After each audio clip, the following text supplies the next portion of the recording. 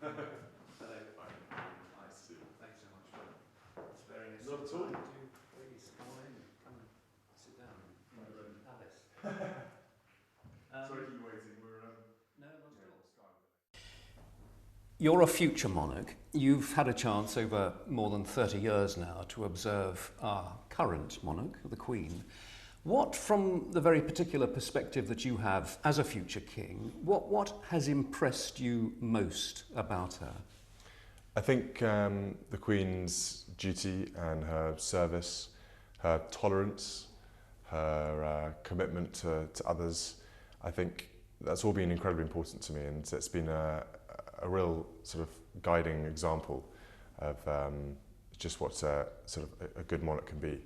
And it's been incredibly insightful for me growing up, watching her leadership in that role. So what in particular would you say you've learnt from her, from observing her?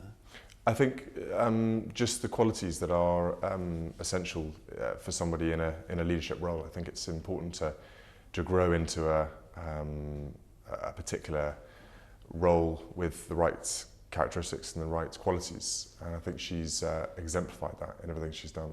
And has she made a point of guiding, in a sense, instructing you as the future king about, as it were, the art of monarchy? Has she sort of taken you aside on many occasions and done that?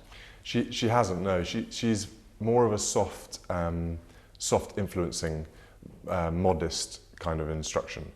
So it's or guidance rather than instruction.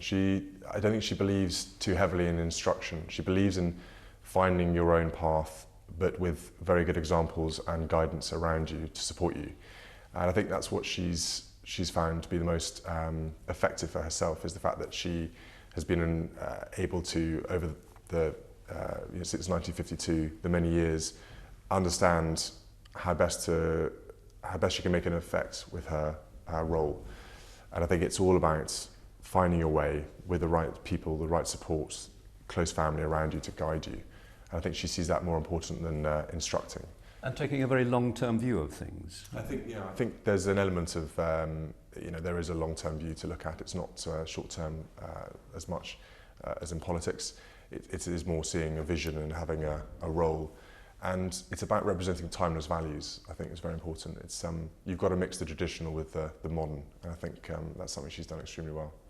You've referred already to her sense of duty, to the conspicuous devotion to duty that she's displayed over these decades. To what extent would you say that you share that degree of devotion to royal duty?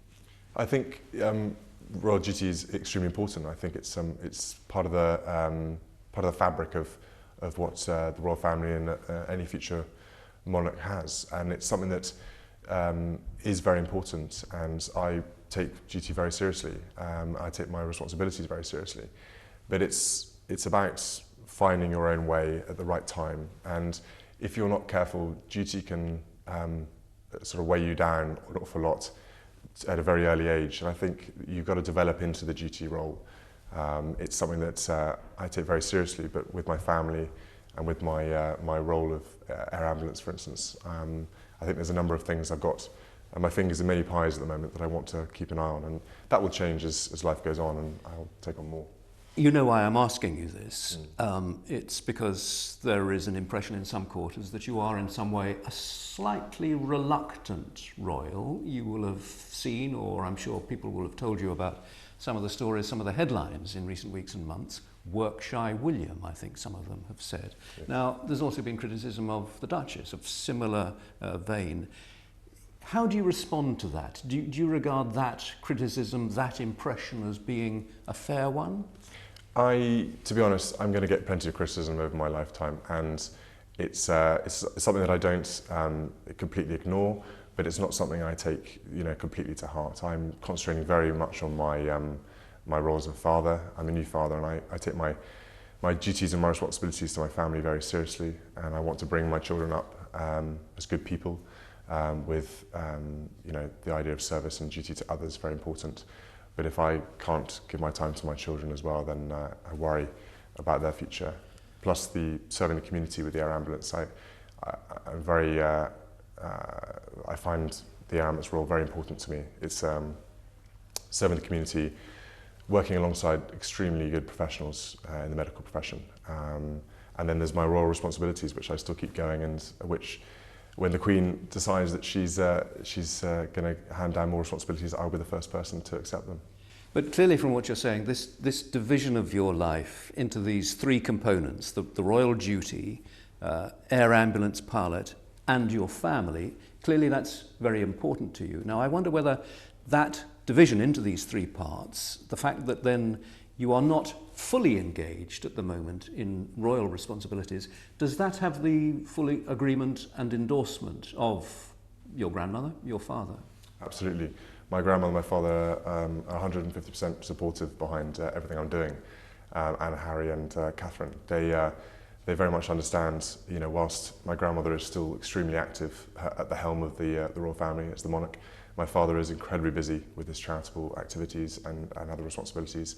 There's the time now and the space to explore other means of doing a worthwhile job, and for me the air ambulance is an incredible important part. It's not going to last forever, but I think it's important. So I think you're saying that they, having experienced royal duty from such a young age, the Queen from 25, your father from even younger, of course, that they recognise the importance for you to be partially exempted from that degree of royal duty at a very young age. No, I don't think it's that. I think it's more that they understand there's the flexibility right now whilst I'm still relatively young and they're still very, very active. There's an order of succession, and I'm at the bottom at the moment. So there is the time and space in the future to take on more and develop more. Yeah, and clearly, as the Queen becomes 90, and we mustn't forget, as your grandfather approaches the age of 95, clearly a greater share of the royal burden will fall on you, and as that happens, you will grasp it willingly. Absolutely willingly, and as that time comes, I'll be the first person to put my hand up and take it on. But like I said, my grandfather is so active as well, and he's unwilling to slow down. My grandmother is very much at the helm, and my father is extremely busy. So there's a lot of very hard-working members of the family already in place, and I look up to that, and I see they do a fantastic job. So you would expect to continue to be an air ambulance pilot for the foreseeable future, for some years? Yeah? I have a contract, and when my contract runs out, that'll probably be a time that I finish. I'd like to just explore a little what kind of king will William V be. Now, we've become used to the present Queen being pretty scrupulously detached from all issues. Your father, on the other hand, as Prince of Wales, of course, is very much involved in all sorts of issues and has indicated that he would wish to convene when he becomes king, make heartfelt interventions, I think is the phrase that's been used. What's your sense of what it is acceptable for a constitutional monarch to do? How involved can a constitutional monarch be in current issues? It's a very good question, Nick, and it's something that occupies a lot of my thinking space as to how on earth you would develop into something modern in today's world. And I take a lot of, I'm in a unique position, and actually a very privileged position to be able to see some of this now, which is that I've got my grandmother who takes a very, if you like, more of a passive role in how she believes her role should be. She's above politics. She's very much away from it all and keeps us out of it. And I've got my father who minds an awful lot about many of the causes he's involved in and really digs down into his charitable areas as much as he can. So I have an equal sort of idea as to how my role could benefit everybody in the future. It's not something that I've, right now, it's at the top of my priority list to think about. I think about it just quietly when I get a few minutes or when something pops up and it reminds you to think about it. But I think in the Queen I have an extraordinary example of somebody who's done an enormous amount of good, and she's probably the best role model I could have in front of me. I mean, it does sound as though you do spend quite a lot of time thinking about it. Each monarch brings some of their own personality to the role, and I sense that you're saying that when the time comes, you will hope to be a rather more modern monarch and bring something of that sense to the role. I think the royal family has to modernise and develop as it goes along, and it has to stay relevant. And that's the challenge for me, is how do I make the royal family relevant in the next 20 years' time? And you know, it could be 40 years' time, it could be 60 years' time. I have no idea when that's going to be, and I certainly don't lie awake waiting or hoping for it, because it sadly means that my family have moved on, and I don't want that. But you must be confident that you can do that you can make and keep the monarchy relevant within the United Kingdom. Absolutely. I hope that's something that I can do. It's something that I think I'm very important about, and the Queen is a fantastic role model to lead that, as she has done for the last 90 years.